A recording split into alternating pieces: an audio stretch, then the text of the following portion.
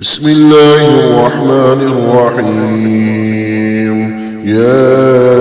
أيها المزمل قم الليل إلا قليلا نصفه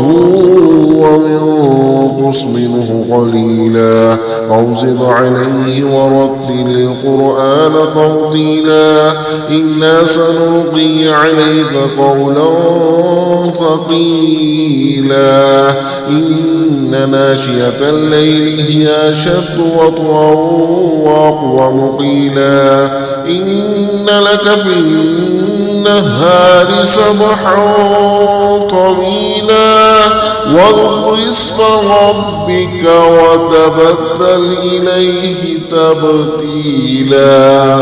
رب المشرق والمغرب لا إله إلا هو فاتخذه وكيلا واصبر على ما يقولون واهجرهم هجرا جميلا وذرني والمكذبين أولي النعمة ومهلهم قليلا إن لدينا أنكالا وجحيما وطعاما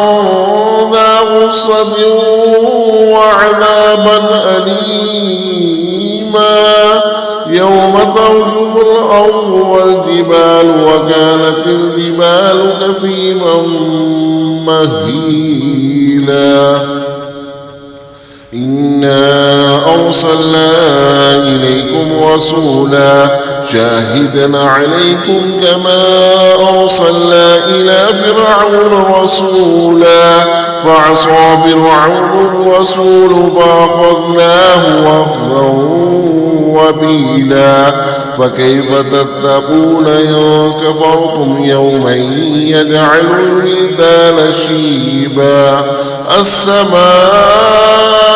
منفطر به كان وعده مفعولا إن هذه تذكرة فمن شاء اتخذ إلى ربه سبيلا إن ربك يعلم أنك تقوم أدنى من ثلثي الليل ونصفه وثلثه وطائفة من الذين معك والله يقدر الليل والنهار علم أن لا تحصوا فتاب عليكم فاقرؤوا ما تيسر من القرآن علم سيكون منكم مرضى وآخرون يضربون في الأرض يبتغون من فضل الله وآخرون يقاتلون في سبيل الله فاقرؤوا ما تيسر منه وأقيموا الصلاة وآتوا الزكاة وأقرضوا الله قرضا حسنا وما تقدموا لأنفسكم من خير تجدوه عند الله هو خيرا وأعظم أجرا واستغفروا الله